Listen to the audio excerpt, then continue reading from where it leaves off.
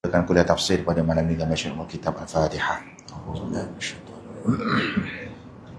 Bismillahirrahmanirrahim.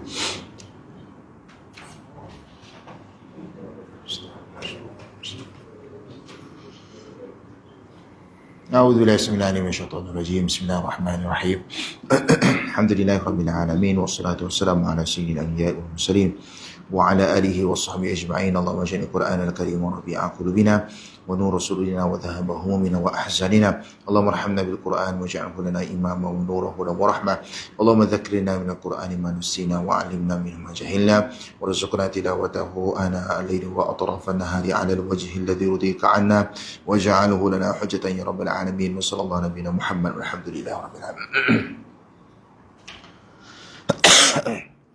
بسم الله الرحمن الرحيم. الحمد لله رب العالمين وبه نستعين والصلاة والسلام على رسوله الأمين وعلى آله وصحبه أجمعين. سبحانك لا علم لنا إلا ما علمتنا إنك أنت العليم الحكيم ولا حول ولا قوة إلا بالله العلي العظيم. وبعد. Yang saya hormati barisan ketakbiran dan juga pengurusan masjid, tuan-tuan imam, tuan-tuan bilal, ijazah kuasa, muslimin muslimat, hadirin dan hadirat yang dirahmati dan diberkati oleh Allah Subhanahu wa taala. Alhamdulillah, sama-sama kita bersyukur kepada Allah Subhanahu wa taala kerana pada malam ni dapat sama-sama kita berkumpul dalam masjid, dalam rumah Allah, dan kita teruskan program pada malam ni sementara menunggu waktu isyak dengan kuliah tafsir Al-Quran. Mudah-mudahan mendapat keberkatan dan rahmat daripada Allah Subhanahu wa taala.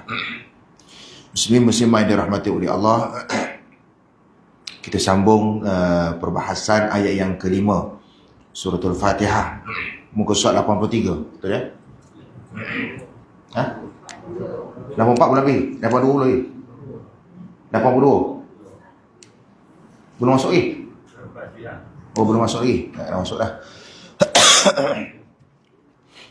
Mana mula daripada atas lah.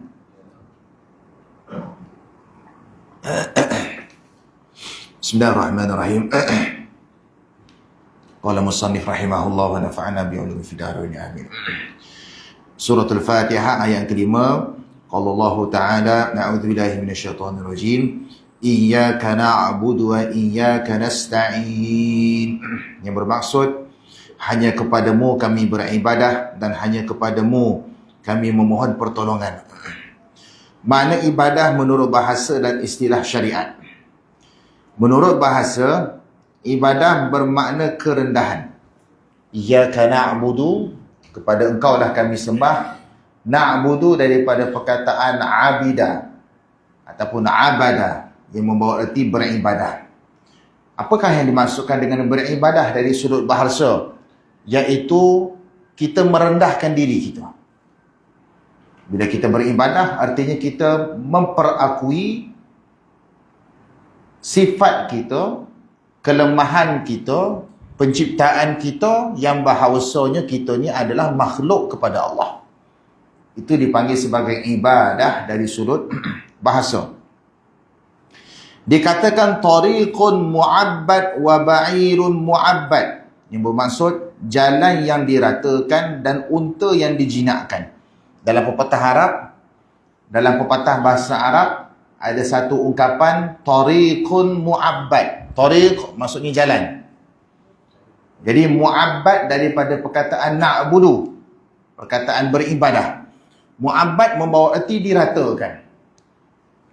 Dari sudut bahasa tadi ada beberapa huraian.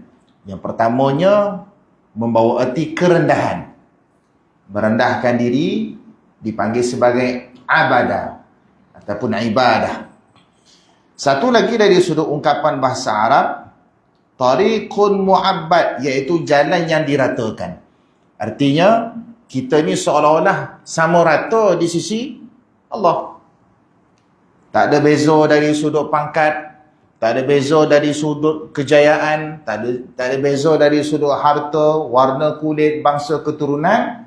Itulah dipanggil sebagai mu'abbad, jalan yang diratakan. Semuanya adalah equal to Allah. Semuanya adalah sama sahaja di sisi Allah. Wa ba'irun mu'abbad, ba'ir unta. Dalam bahasa Arab, al-ba'iru unta. Unta tak panggil diratakan, tapi dipanggil unta mu'abbad, iaitu unta yang dijinakkan. Perkataan yang sama, tapi kalau diguna pakai pada jalan, maksudnya diratakan. Perkataan yang sama mu'abbad bila dinisbahkan kepada haiwan, artinya haiwan itu dijinakkan. Jadi ada beberapa tafsiran dari sudut bahasa yang menunjukkan kesempurnaan amal ibadah. Bila kita beribadah, kita adalah merendahkan diri di hadapan Allah. Bila kita beribadah, artinya kita semua adalah sama di sisi Allah. Bila kita beribadah, artinya hati kita telah dijinakkan dengan kecintaan dan ketaatan kepada Allah Subhanahu Wa Taala. Jadi makna tiga-tiga terjemahan tadi tu dah menggambarkan matlamat dan objektif di atas suruhan Allah kepada kita untuk melakukan amal ibadah. Unta yang dijinakkan, yakni ditundukkan. Adapun menurut istilah syariat, ibadah adalah sebuah ibarat bagi rangkaian cinta, ketundukan dan rasa takut yang sempurna. Apa bukti cinta kepada Allah? Bukti cinta kepada Allah adalah ibadah. Apa bukti cinta sesama manusia? Ada orang bukti cinta dia kepada suami sayang kepada isteri, isteri sayang kepada suami. Ada bukti cinta dia, tiap-tiap bulan kena beli gelang. Ada. Tiap-tiap bulan beli gelang. Tanda cinta orang ni lain pula. Tanda cinta orang ni, ada orang tanda cinta dia kena bagi duit raya. Tak bagi duit raya, tak cinta. Jadi macam-macam tanda menzahirkan kecintaan. Masing-masing urusan keluarga lah. Tanda kasih sayang. Tetapi pada Allah, satu-satunya tanda kecintaan kepada Allah adalah melaksanakan titah perintah Allah. Iaitu dengan melakukan amal ibadah. Amal ibadah lah manifestasi menunjukkan kecintaan kita kepada Allah. Bila kita beramal ibadah, semakin kuatlah hubungan kita dengan Allah. Bila kita rajin beramal ibadah, semakin dekatlah diri kita, maqam kita, darjat kita di sisi Allah Subhanahu Wa Taala. Faedah didahulukannya maf'ul dan kemudian diulanginya. Didahulukannya maf'ul iaitu objek, iaitu kata iyyaka, dan setelah itu diulangi lagi, bertujuan untuk mendapatkan perhatian dan juga sebagai pembatasan. Dalam suratul Fatihah ayat kelima, Allah Subhanahu Wa Taala mewajibkan kita membacanya setiap hari 5 kali waktu sehari semalam dengan 2 lafaz yang diulang. Iyyaka wa iyyaka. Ayat yang sama, lafaz yang sama diulang 2 kali. Iyyaka wa iyyaka. Menjadi satu persoalan di kalangan ahlul bahasa, ahlul lughah. Ulama bahasa membahaskan dari sudut bahasa Arab, kenapakah Allah mendahulukan iyyaka berbanding dengan kata kerja na'budu dengan nasta'in? Sebab dari sudut tata bahasa, sepatutnya kita kena dahulukan kata kerja, barulah kita akhiri ayat kita, statement kita, kenyataan kita dengan objek. Contoh, saya membeli pen. Jadi apakah objek yang kena beli? Pen. Jadi pen tu kena duduk belakang sekali lah. Tak boleh kita kata pen saya membeli. Kalau bahasa Melayu cikgu pangkah tu. Pen, dia letak pen kat depan. Pen saya membeli. Pangkah tu bahasa tu. Dari sudut bahasa Melayu pangkah. Tapi dari sudut bahasa Arab betul. Bahasa Arab dia boleh dua-dua. Dalam bahasa Arab dia boleh dua-dua. Saya menaiki kereta api, betul? Kereta api saya naik, betul? Dari sudut bahasa Arab, dua-dua boleh. Oleh kerana itu, ulama bincang, kenapa Allah tak kata kami sembah kepada engkau? Sepatutnya macam itulah bahasa Melayu, na'budu iyyaka. Kami sembah kepada engkau. Baru betul bahasa Melayu. Tapi dalam bahasa Arab, Allah terbalikkan. Kepada engkau kami sembah. Kalau bahasa Melayu, kepada engkau kami sembah, cikgu pangkah. Salah ni. Sepatutnya kami sembah kepadamu, kepada engkau. Duk belakang sekali, macam pen tadilah. Pen duk belakang, kereta api duk belakang. Engkau adalah benda yang dibincangkan, duk kat belakang. Kami sembah kepada engkau dan kami memohon pertolongan kepada engkau. Mana kalau struktur ayatnya, na'budu iyyaka wa nasta'inu iyyaka. Sepatut macam tu. Iyyaka bukan duk depan, iyyaka duk belakang sekali. Tetapi dalam ayat Al-Quran, dalam suratul Fatihah, Allah terbalikkan. Allah menggunakan lafaz iyyaka mula-mula pada lafaz na'budu, kemudian wa iyyaka untuk lafaz nasta'in. Kenapa didahulukan? Ayat ini menunjukkan bahawasanya hukum tauhid kepada Allah tak boleh compromise. Tak boleh negotiate. Hukum tauhid kepada Allah kena solid. Tak boleh ragu-ragu, tak boleh ada perantaraan, tidak boleh ada sebarang bentuk yang membawa kepada syirik kepada Allah, sama ada syirik tu syirik jelas mahupun syirik yang tersembunyi.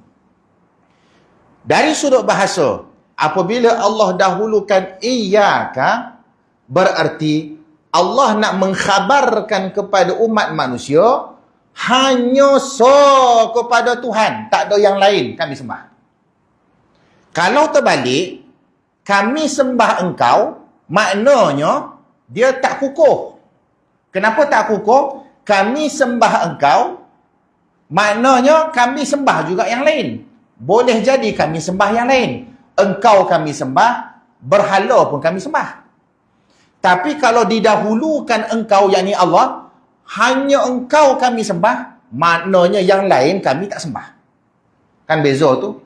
Susunan tunggang terbalik je. Dahulukan, diakhirkan je. Bila didahulukan, makna seolah-olah kita dah hala tuju, objektif kita itu sahaja. Iyyaka, engkau sahaja nak budu kami sembah. Kalau terbalik, kami sembah engkau, mana Tuhan tu kita sembah. Tapi boleh jadi juga yang lain pun kita sembah. Dia tak solid tu. Hujah dia tu seolah-olah boleh diragui. Sebab engkau sembah aku, yang lain kau sembah juga. Tapi bila kita dah letakkan tujuan kita, niat kita, objektif kita, hala tuju kita, engkau sahaja iyyaka kami sembah, maka ternafilah yang lain. Sebab kita dah letak Allah dulu. Allah, kepada Allah lah, kepada engkau lah, yakni kepada Allah lah. Kita letak dia dulu. Nak budu kami sembah. Lafaz ini lafaz tauhid. Allah nak ajar kepada umat manusia supaya apa sahaja dari sudut i'tiqad, dari sudut amalan, dari sudut melibatkan urusan seharian, tawakal, doa dan sebagainya, serah bulat-bulat kepada Allah. Jangan jadi sebagaimana kaum musyrikin pada zaman jahiliyah. Kaum musyrikin pada zaman jahiliyah, kita semua sudah maklum, dan saya pun dah nyatakan dalam kuliah-kuliah sebelum ni. Abu Jahal kenapa dianggap sebagai musyrikin? Tuan-tuan, perkataan musyrikin daripada perkataan asyraka. Asyraka artinya menyertai. Maknanya dia ada sifat join, menyertai. Dia ada sifat kita panggil seolah-olah membawa kepada ada member. Dia bukan seorang, dia seolah-olah ada member. Macam main badminton, tak jadi main seorang-seorang, dia kena ada member. Itu dipanggil asyraka. Ada sekutu, ada beregu, itu dipanggil asyraka. Golongan musyrikin adalah golongan yang memperegukan Tuhan. Musyrikin adalah golongan yang memperegukan Tuhan. Maknanya meletakkan Tuhan tu ada Tuhan lain. Itu dipanggil musyrikin. Makna kata, mereka sembah Allah. Abu Jahal sembah Allah. Abu Lahab sembah Allah. Semua beriman. Artinya mereka percaya Allah tu Tuhan. Tetapi mereka itu asyraka. Sebab itu kalau kita tengok terjemahan La ilaha illallah wahdahu la syarika. Syarika tu asyraka lah. La syarikalah. La ilaha illallah, tidak ada Tuhan yang selayaknya disembah melainkan Allah. Wahdahu, tunggal esonyo. La syarikalah, tidak ada sekutu.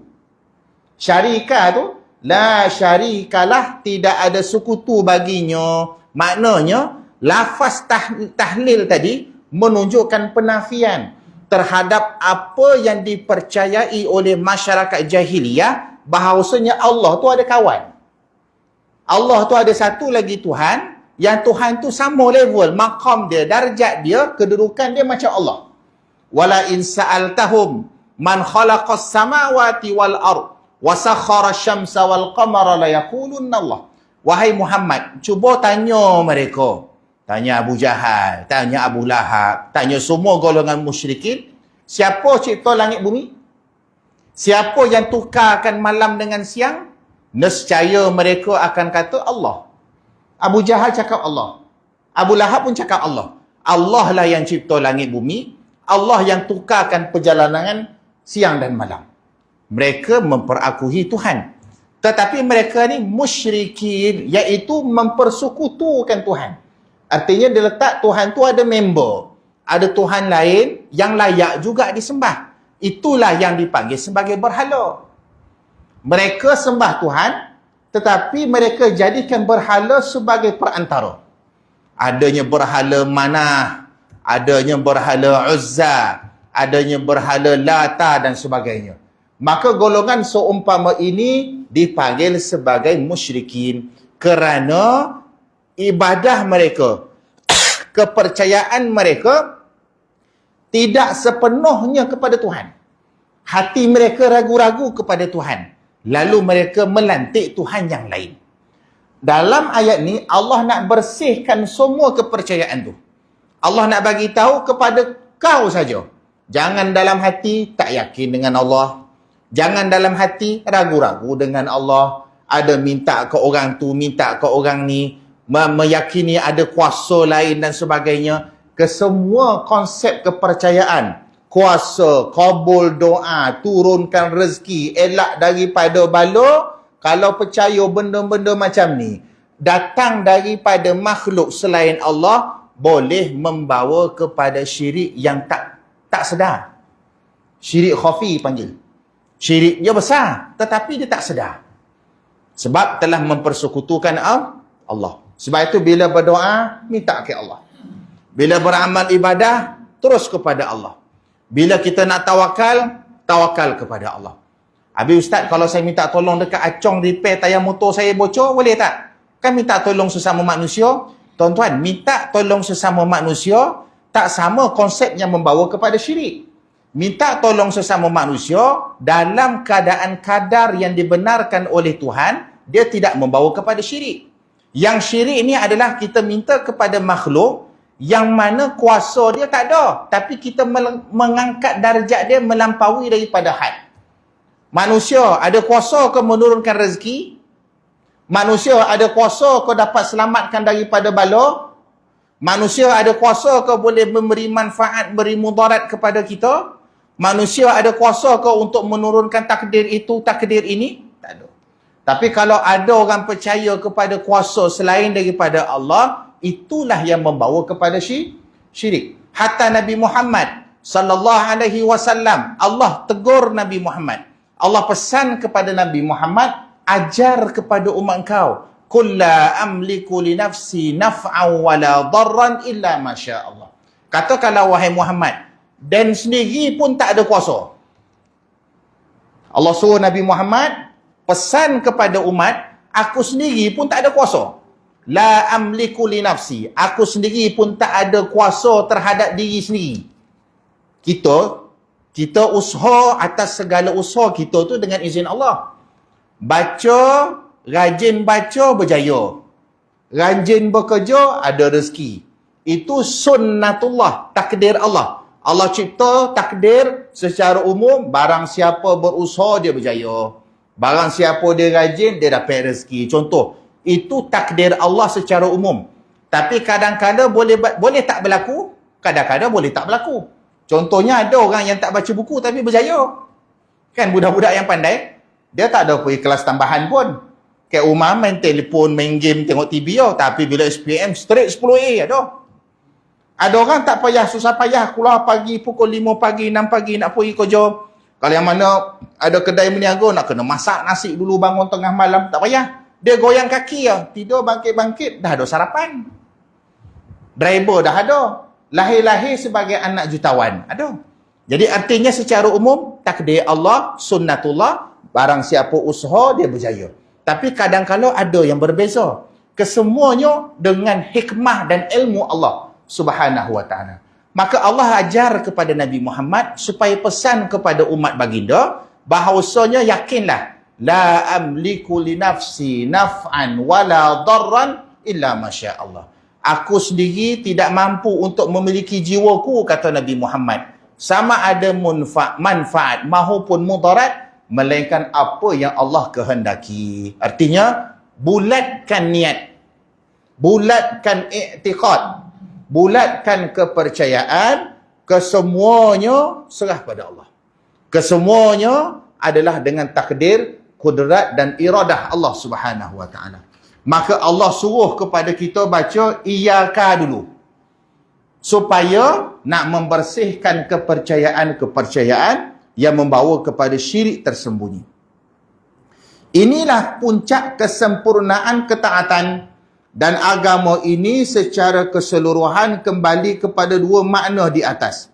Artinya, dari sudut bahasa, bila kita bincang perkataan na'budu dengan perkataan nasta'in, dia merujuk kepada intipati kehidupan kita tak lari daripada dua perkara. Hidup kita kat dunia ni, nak selamat dunia, selamat akhirat, terikat dua perkara. Yang pertama, nak budu, ibadah. Nak berjaya dunia, nak berjaya akhirat, pastikan kehidupan kita dihiasi dengan amal ibadah kepada Allah. Yang kedua, nasta'in. Apa dia nasta'in? Iaitu kita memohon pertolongan. Dalam erti kata, apa jua urusan kehidupan kita, sama ada melibatkan amal ibadah, melibatkan kerja seharian, ahli keluarga, punca rezeki dan sebagainya, pastikan kita sentiasa mohon kepada Allah. Kunci kejayaan adalah kita tawakal kepada Allah. Kunci kejayaan adalah kita meletakkan ibadah kita bulat-bulat niat kerana Allah. Sebagaimana dikatakan oleh sebahagian salaf, bahawa suratul Fatihah adalah rahsia Al-Quran. Macam yang saya nyatakan sebelum ni lah. Kalau dalam buku-buku novel, katalah buku novel tu tebal, kita baru nak beli. Tapi buku novel tu dah dibalut dengan plastik. Takkan kita baru nak beli, pergi koyak. Buka koyak lah. Nampak penjual tak ada nampak ni, kita pun koyak sebab nak baca intipati. Tak payah. Buku tu, kita belik belakang, dia ada sinopsis. Dia ada ringkasan umum supaya kita tahu apakah perbincangan dalam novel tersebut. Baca. Lah, nampak gambar macam perang, lupanya novel cinta. Tak jadi beli. Padahal belum baca. Tapi kita dah nampak gambaran berdasarkan kepada sinopsis. Sinopsis kepada Al-Quran, suratul Fatihah. Nak memahami tema-tema utama, nak memahami topik-topik perbahasan utama, nak memahami kunci-kunci utama yang membawa kepada ubudiyah kepada Allah, membawa kepada ketakwaan kepada Allah, terkandung dalam suratul Fatihah. Ibarat kata, itulah rahsia Al-Quran. Surah Al-Fatihah adalah rahsia kepada intipati Al-Quran. Dan rahsia Al-Fatihah terletak pada ayat iyyaka na'budu wa iyyaka nasta'in. Cantik tu. Nak baca Quran secara umum, makan masa lah. 30 juzuk. Nak tengok ayat ni, apa maksud dia, ayat ni, apa maksud dia, apa intipati dia, apa makna tersembunyi, apa makna tersirat, tersurat. 30 juzuk. Panjanglah masa dia. Tapi kalau nak faham secara umum, baca surah Fatihah. kuasai tafsiran dia, tadabbur dia, maka kita tahu dah tujuan Quran ni diturunkan ada diceritakan dalam surah Al-Fatihah. Rahsia Al-Fatihah pula, kata Imam Ibnu Katsir, tersurat dalam firman Allah, iyyaka na'budu wa iyyaka nasta'in. Seolah-olah menunjukkan sebagaimana saya nyatakan tadilah, itulah tujuan kita hidup.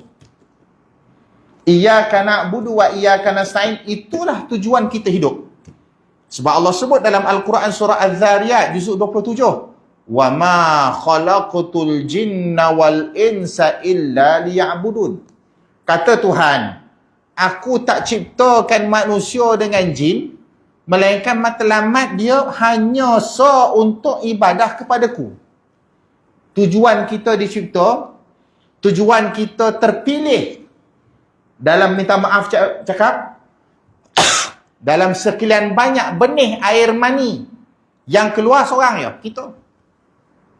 Dalam jutaan-jutaan air mani yang keluar, minta maaf cakap, kita seorang yang keluar. Artinya kita semuanya adalah insan-insan terpilih. Kenapa Allah pilih kita? Kenapa Allah izinkan kepada kita hidup sampai hari ni? Ada orang sempat sehari ya, lahir-lahir, jantung makin lama makin lemah. Lemah. Meninggal dah. Mak ayah tak sempat nak bagi nama pun lagi. Allah bagi pinjam 1 hari. Ada orang Allah bagi pinjamkan lama sikit, sebulan. Anak dia sempat hidup sebulan. Ada yang dapat hidup setahun, kemudian Allah dah jemput lebih awal. Ada yang meninggal pada usia kanak-kanak. Zaman, sepatutnya zaman baru nak bermain, baru nak belajar dunia, tiba-tiba kena langgar kereta semasa perjalanan nak pergi sekolah. Allah bagi pinjam kepada dia umur mungkin 8 tahun, 10 tahun. Tuan-tuan dan puan-puan, kita semua sampai hari ini rezeki. InsyaAllah.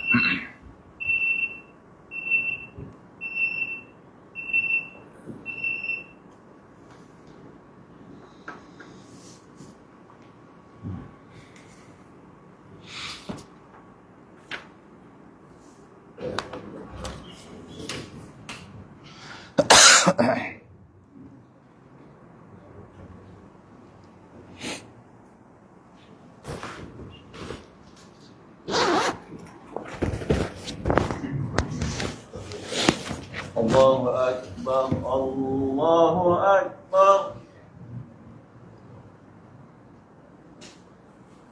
Allahu Akbar,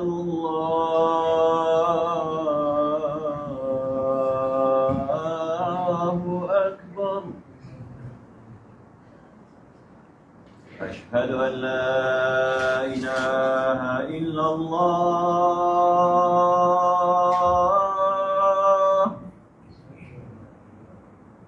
Ashhadu an la ilaha illallah.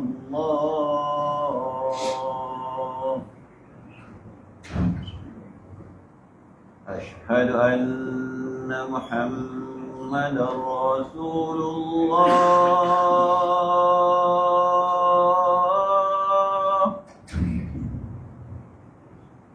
Ashhadu anna Muhammadar Rasulullah.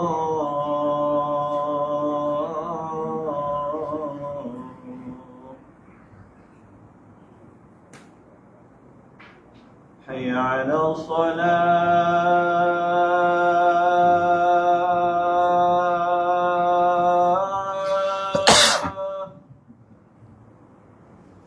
Hayya 'ala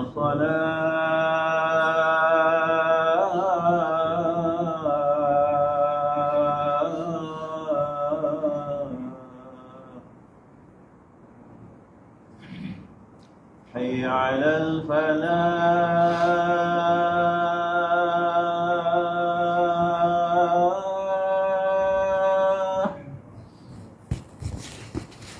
حي على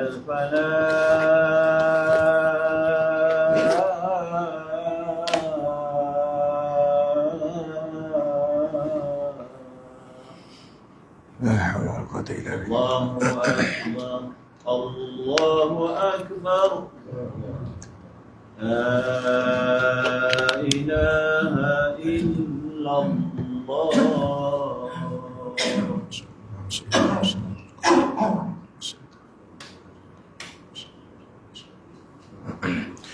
Muslimin muslimah yang dirahmati oleh Allah Subhanahu wa taala. Ketentuan umur, ketentuan kehidupan kita. Ada yang Allah tentukan umurnya pendek, sebulan, setahun. Usia kanak-kanak Allah dah jemput lebih awal daripada kita. Ada yang Allah bagi pinjam lebih daripada tu. Dalam hadis sahih dalam Sunan At-Tirmizi, Nabi SAW bersabda, a'maru ummati ma baina sittin ila sab'in wa aqalluhum man yajuzu dhalik, atau kama qala. Nabi bersabda, umur umatku antara 60-70. Secara umum. Nabi cerita secara umum, umur umat Nabi antara 60-70. Artinya tuan-tuan dan puan-puan, bila sampai umur 60-70 itu bonus. Hadiah tu. Hadiah daripada Allah. Sebab berapa ramai yang tak sampai 60. Tapi kita sampai 60. Tuan-tuan sampai 60, sampai 70. Saya belum tentu lagi. Wa aqalluhum man yajuzu dhalik, kata Nabi. Dan amat sedikit yang lebih daripada 70. Amat sedikit yang lebih daripada 70. Ada umur tambahan. Ada bonus daripada Allah. Allah kata, Nabi kata, sedikit yang lebih daripada 70. Artinya, kesemua penciptaan manusia dengan ketentuan umur yang berbeza, matlamatnya adalah untuk beribadah kepada Allah. Tu sahaja. Apa beza kita dengan malaikat? Itu hebatnya manusia. Malaikat tidak diuji oleh Allah. Kita makhluk, malaikat makhluk, jin makhluk, syaitan iblis pun makhluk, haiwan pun makhluk. Selain Allah, semuanya makhluk. Selain Allah, semuanya dah ditetapkan cara beribadah dan zikir-zikir tertentu. Katak, cara katak. Kucing, cara kucing. Semut, cara semut. Malaikat, cara malaikat. Jin, cara jin. Manusia berdasarkan tunjuk ajar Nabi SAW. Semua beramal ibadah. Oleh kerana semua beramal ibadah, apakah keistimewaan manusia? Keistimewaan manusia berbanding haiwan. Kehebatan manusia berbanding jin. Keunikan manusia berbanding makhluk-makhluk yang lain. Kesemua mereka tidak diuji oleh Allah. Jin tak diuji. Kalau jin adalah, tapi jin ni beza dia dengan kita. Jin ni tidak ditakdirkan sebagai khalifah. Jin, dia tidak ditakdirkan sebagai khalifah. Dia bukan pentadbir kepada bumi. Bukan pengurus kepada bumi. Meskipun Allah dah bagi pilihan kepada mereka, peluang kepada mereka sebelum penciptaan Nabi Adam AS. Yang lain, haiwan, bukit bukau, gunung ganang, malaikat, syaitan iblis. Apa beza kita dengan mereka? Beza kita dengan mereka, kita diuji oleh Allah dengan perkara yang benar, perkara yang salah. Dengan iman, dengan nafsu. Dengan pahala, dengan dosa. Kehebatan kita, Allah bagi pilihan iradah untuk memilih. Kita bersifat kehendak. Kita boleh pilih. Nak makan, tak nak makan. Nak minum, tak nak minum. Nak bekerja, tak nak bekerja. Semua pilihan ini tak ada pada makhluk lain. Kucing, walaupun dia boleh pilih nak makan, nak minum, tapi dia tidak ada pilihan antara dosa dan pahala. Dia, haiwan, kalau dia tak berzikir, sampai masuk mati habis. Tak ada pada hari akhirat nanti Allah akan masukkan kucing yang ni masuk syurga, kucing ni masuk neraka, tak ada. Sebab dia bukan mukallaf. Dia bukan mukallaf. Dia tidak dipertimbangkan dengan dosa dan pahala hukum hakam, tidak. Apa beza kita dengan malaikat? Malaikat taat kepada Allah, tetapi dia tidak diuji dengan nafsu. Tetapi manusia, walaupun diuji dengan nafsu, walaupun diuji dengan bisikan-bisikan syaitan, tetapi iman dia masih utuh kepada Allah. Iman dia masih kuat, berpegang teguh kepada Allah. Dia melakukan amal ibadah berdasarkan apa yang diajar oleh Nabi sallallahu alaihi wasallam. Di hari akhirat, dia lebih mulia daripada malaikat. Di hari akhirat, dia akan berada dalam kumpulan safaratil kiramil bararah, kumpulan para nabi, para rasul yang mulia. Di hari akhirat, dia akan berada dalam syurga Jannatul Firdausil A'la, syurga Firdaus yang paling tinggi.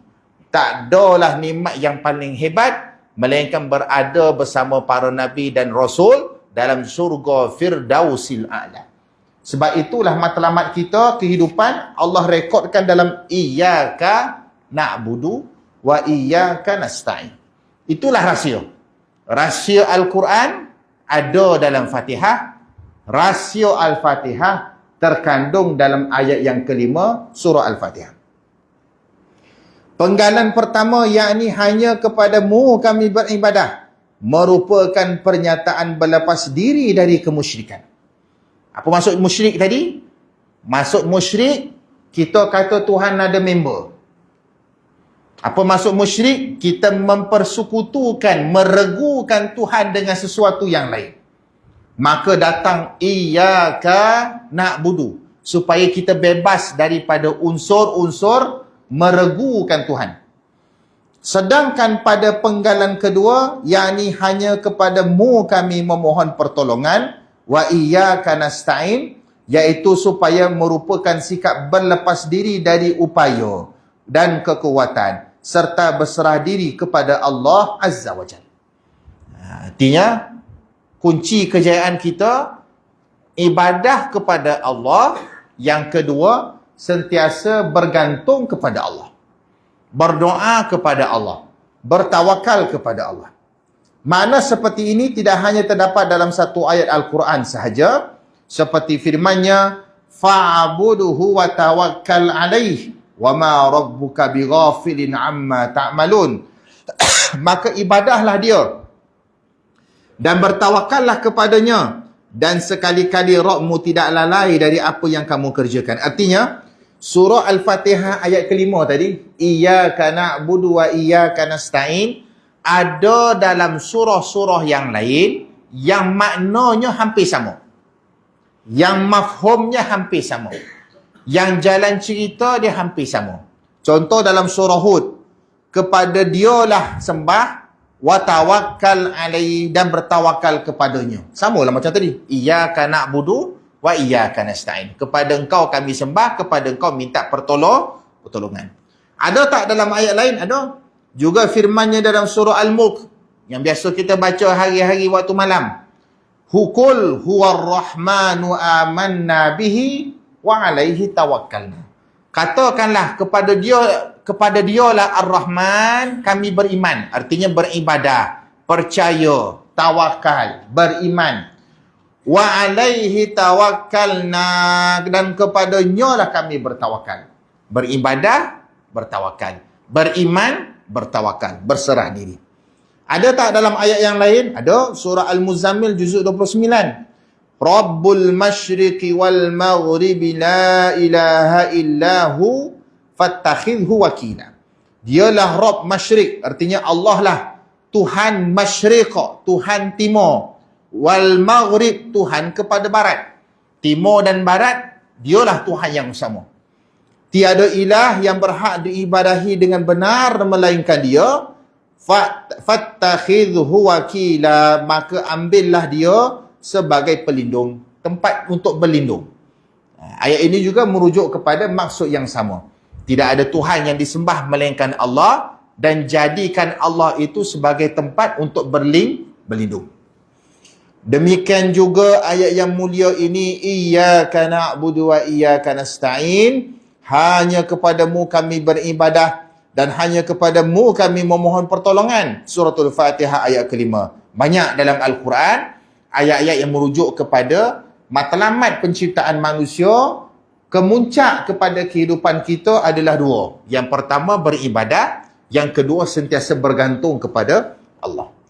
Dan adanya perubahan bentuk dari ghaib orang ketiga kepada mukhatab, yakni orang kedua, lawan bicara, yakni dengan huruf kaf, kerana ketika seseorang muji Allah, maka seolah-olah dia dekat dan hadir di hadapan Allah Ta'ala. Kerana itulah dia berfirman, iyyaka na'budu wa iyyaka nasta'in.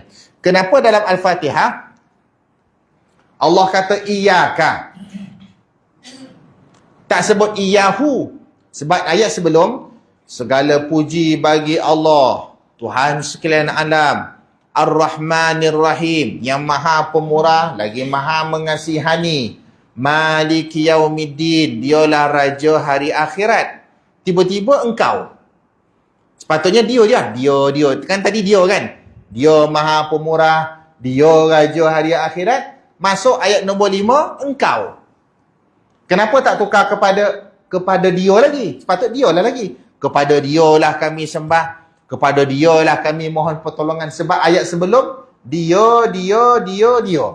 Sampai kepada nombor 5, iyyaka, kepada engkau. Kenapa Allah tukar daripada penceritaan, tadi cerita, nyo, dia, kepada perbualan, dialog, iyyaka tu dialog lah. Ya Allah, engkau lah. Kan tengah berdialog tu. Al-Fatihah ni kita tengah berdialog. Kita sedang berborak dengan Allah. Iyyaka na'budu wa iyyaka nasta'in. Kenapa tukar daripada cerita kepada dialog? Kerana dialoglah menunjukkan kita sedang berhubung kait dengan Allah. Berbeza kalau kita baca cerita. Kalau kita baca cerita, contoh, dia pergi ke kedai, membeli ikan, daging, ayam. Kemudian dia menaiki kereta dan pulang ke rumah. Kita tak dapat dia punya feel tu. Sebab bukan kita yang duduk dalam cerita tu. Kita baca kisah orang. Tapi katalah novel tu cerita pasal diri dia. Engkau sedang melihat. Oi, kita rasa macam kau tu kita. Engkau sedang makan. Terasa macam aku sedang makan. Sedangkan bukan kita. Tapi bila baca konteks, engkau sedang melihat. Awak sedang melihat. Kamu sedang buat tu. Dia seolah-olah kita tengah berborak dengan novel. Macam itulah juga dalam surah Fatihah. Yang tadi mula-mula cerita, Alhamdulillahi Rabbil Alamin, Ar-Rahmanir Rahim, Maliki Yaum, itu cerita. Sampai kepada matlamat utama, Allah tukar kepada perbualan. Iyyaka, supaya datang perasaan, oh, aku sedang berdialog dengan Allah. Sekarang ni aku sedang menghadap Allah. Sekarang ni aku sedang meletakkan niatku, objektifku, hala tujuku, iyyaka, kepada engkau sahaja. Jadi nampak perbezaan tersebut ada hikmah dia. Supaya bila kita beramal ibadah, khusyuk kita di hadapan Allah. Tak adalah bila kita solat, kita baca cerita je.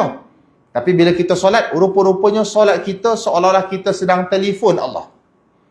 Sebab itu bila para ulama' dulu, ada saja masalah, solat 2 rakaat. Ada saja masalah, solat 2 rakaat. Sebab dalam masalah tersebut, kita tak tahu jalan keluar. Tetapi asbab kita mengadu ke Allah. Macam mana cara mengadu? Solat. Bila solat, insya-Allah Allah akan buka jalan. Kerana itulah dia berfirman, iyyaka na'budu wa iyyaka nasta'in. Hanya kepadamu kami beribadah dan hanya kepadamu kami memohon pertolongan. Suratul Fatihah ayat ke-5. Cuma sebelum saya tutup, sebab kita dah habis dah perbincangan ni, insya-Allah kita akan sambung pada kuliah akan datang. Sedikit tambahan. Dalam lafaz iyyaka, tapi tak dalam buku. Dalam buku tak ada. Dalam lafaz iyyaka ada tanda sabdu. Iyyaka wa iyyaka. Tuan-tuan dan puan-puan, kena baca seolah-olah ada sedikit tekanan. Kena baca dua perkataan tu seolah-olah ada sedikit tekanan. Iyyaka na'budu wa iyyaka nasta'in. Jangan baca panjang. Ada orang baca panjang. Iyyaka na'budu wa iya. Iya, dia jadi 2 harakat. Sepatut iya. Dia tak panjang.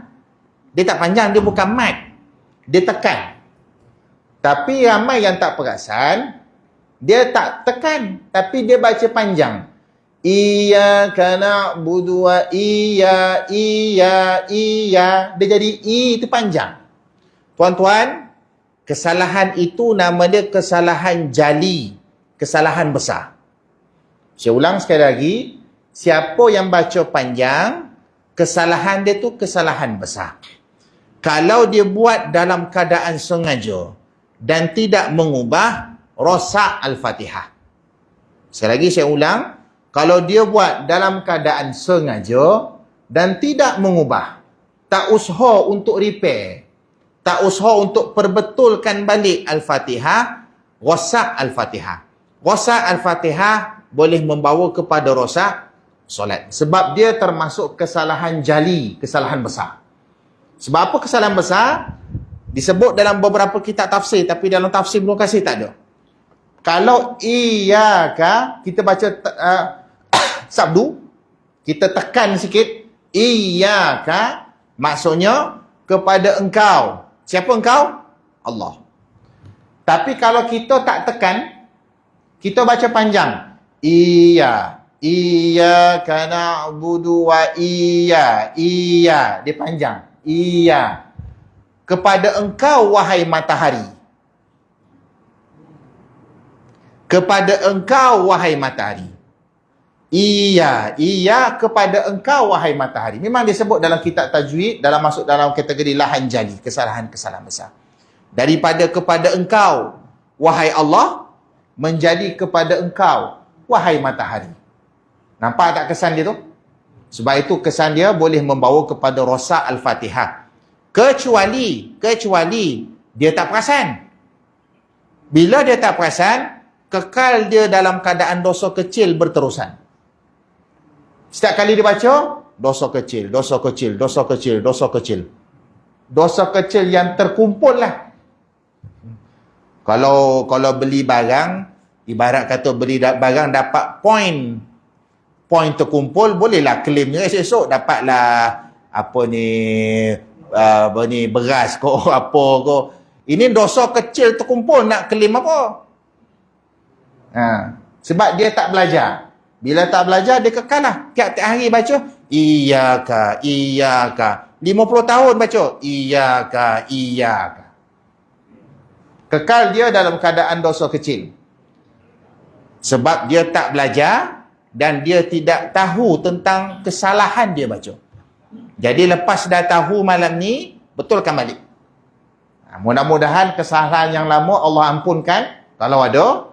Dan mudah-mudahan sedikit perkongsian ni tambah ilmu kita. Supaya lebih berhati-hati kerana perubahan bacaan tadi boleh membawa kepada perubahan makna dan tafsiran. Daripada kata kepada engkau, wahai Allah, dah jadi kepada engkau, wahai matahari. Na'udzubillah. Wallahu a'lam. Bismillahirrahmanirrahim. Alhamdulillahirabbil alamin. Wassalatu wassalamu ala sayyidil anbiya wal mursalin wa ala alihi washabihi ajma'in. Allahumma ja'alna qur'anana fi dunya qarina wa fil qawli min as-safil qiyamati syafi'a wa 'ala as-sirati nura wa lil jannati rafiqa min an-nar sirran wa hijaba wa ila khairati kulli hadadina wa imama bi fadlika wa judika wa karamika ya arhamar rahimin. Sallallahu alaihi wa sallam Muhammad walhamdulillah.